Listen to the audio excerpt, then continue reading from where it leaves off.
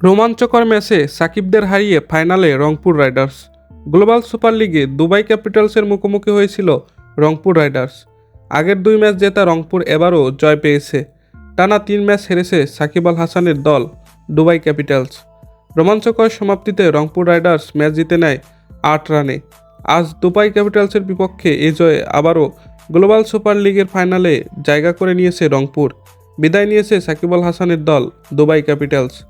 Central ডিস্ট্রিক্টের বিপক্ষে জয় দিয়ে টুর্নামেন্ট শুরু করলেও দুবাই ক্যাপিটালস পরের 2 ম্যাচে হেরেছে হবার্ট হ্যারিকেনস ও গায়ানা অ্যামাজনের কাছে।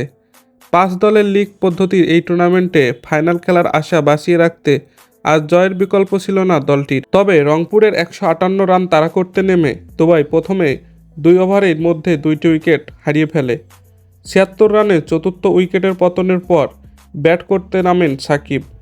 প্রথম ম্যাচে 58 রানের অপরাজিত ইনিংস খেলা এই বাঁহাতি দুবাইয়ের ভরসা হতে পারেননি। দিন শেষে হেসেছেন অবশ্যই সৌম্য। গতবার গ্লোবাল সুপার লিগে চ্যাম্পিয়ন হওয়া রংপুর এবার 1 ম্যাচ হাতে রেখেই ফাইনাল নিশ্চিত করেছে।